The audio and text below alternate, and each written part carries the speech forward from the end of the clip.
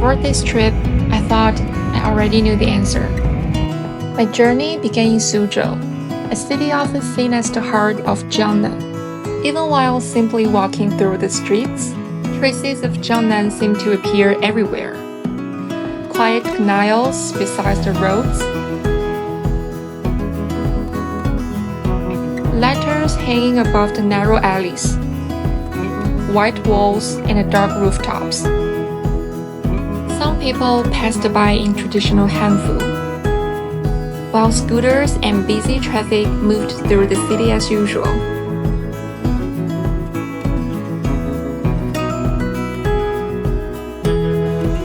And in many ways, Suzhou still felt like a modern Chinese city. Fast, busy, constantly moving.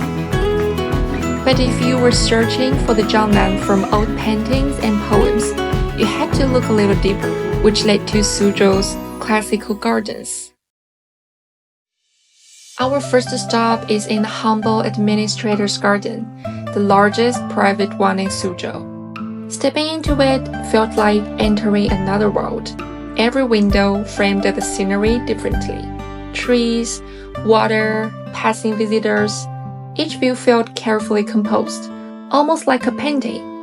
In classical Chinese gardens, the scenery is never fully exposed at first glance. You see only a small part of it, and only after walking further do you discover something larger waiting ahead. What surprised me most was the people inside it. Everywhere I looked, someone was quietly becoming part of the scenery. Some wore traditional Chinese clothing.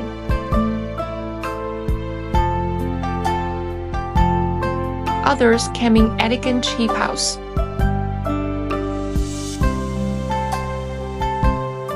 Even visitors from other countries joined in. Sometimes, all it took was a simple folding fan. Even without special clothing, the key point is just becoming part of nature. The beauty of the garden didn't stop outdoors. Inside of the rooms, open windows connected the architecture with the landscape outside. Furniture, light, plants, and scenery all seemed to exist in quiet balance. Nothing felt separated from nature. Water was everywhere in the garden. Even the smallest pond could completely transform the space. Reflections made gardens feel larger and calmer. Corridors twisted through the landscape. Bridges curved gently over the water. Nothing here was completely straight. Some trees leaned heavily to one side and looked hollow with age. Flowers moved gently in the wind, and yet they continued growing quietly. Visitors paused beneath them. And for a moment, everything seemed connected.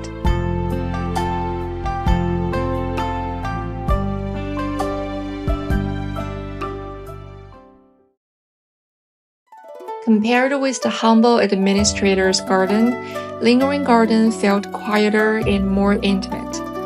Its beauty often appeared in smaller details. Although the garden itself wasn't enormous, many of its interior spaces felt surprisingly open and grand.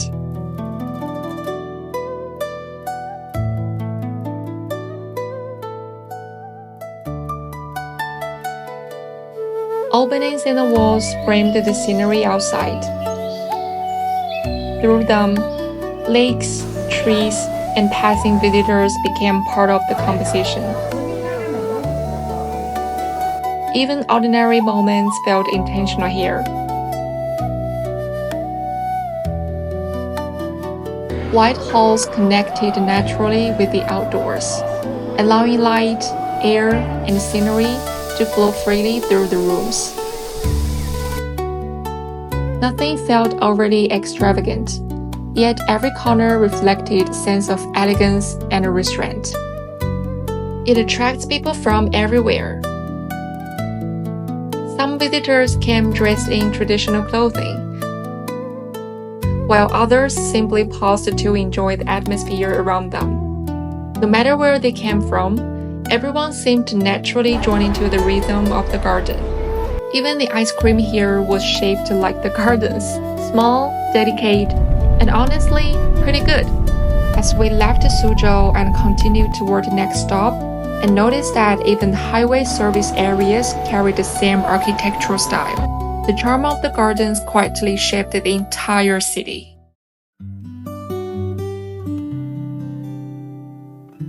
On the second day, we came to Wuxi. Compared to Suzhou, it felt more open. The city still carried the softness of Jiangnan, but in a completely different way. Spring arrived quietly in Yuantouzhu. Surprisingly, there is a robot store in this park, just like a small reminder of modern China. Cherry blossoms covered the lakeside, turning the entire area soft and almost dreamlike.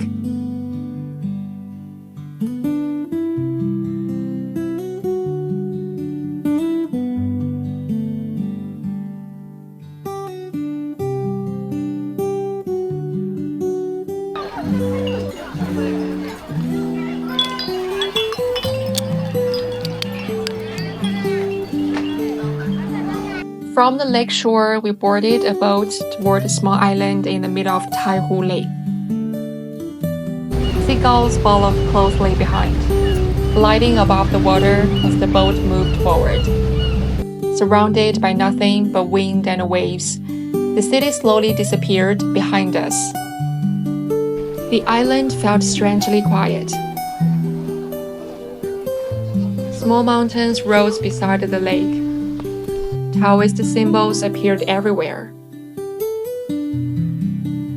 The further we walked, the more distant the outside world seemed to become. Waves crashed gently against the rocks below, while long bridges stretched silently across the water. Everything here felt calm, but never empty. Large statues overlooked the island quietly. Taoist imagery, Buddha figures, and ancient symbols existing side by side. Temples hidden among the trees. Spirituality here didn't feel dramatic. It felt peaceful, everyday, natural.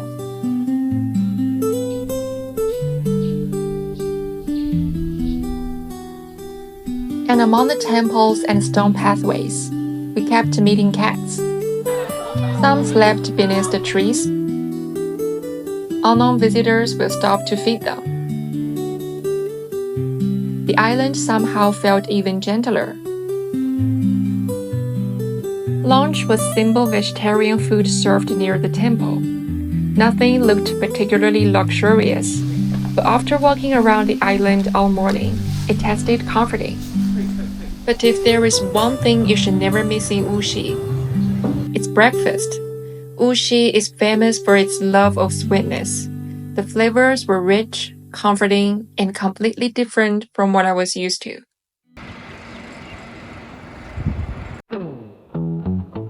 Back in the city, Wuxi carries the familiar atmosphere of Jiangnan once again. Everything felt peaceful in a very ordinary way. But Huishan ancient town felt different. Colorful lanterns stretched throughout the streets, adding warmth to the entire town. Along the riverbanks, tea houses lined the water one after another. It almost felt a little European at times, except everything here was definitely Chinese.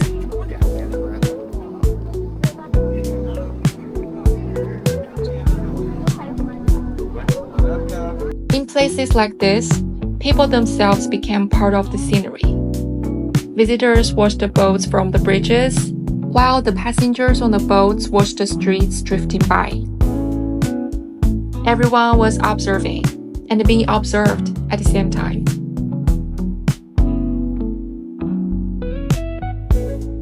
And then, slowly, evening arrived.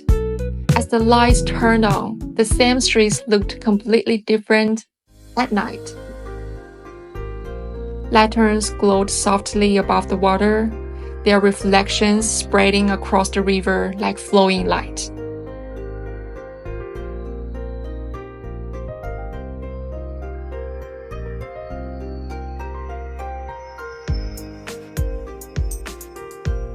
A cool evening breeze moved through the town.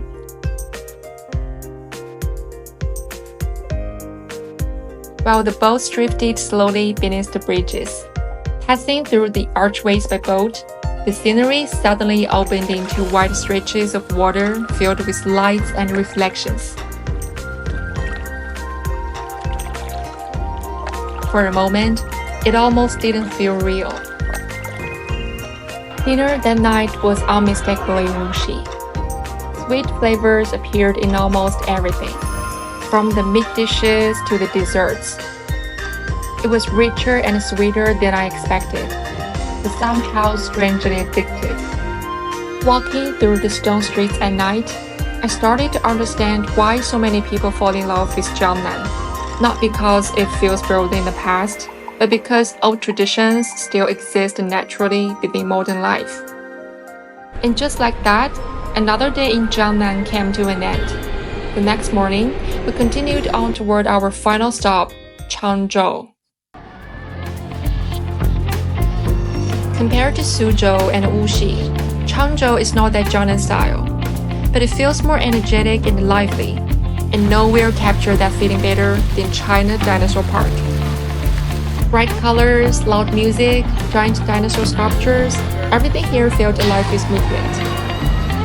The rides here were intense. Drop towers launched people into the sky, while massive spinning rides twisted in every direction at once.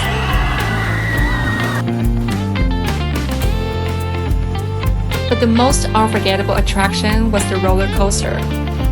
Instead of sitting upright, riders were suspended face down as the train raced through the tracks.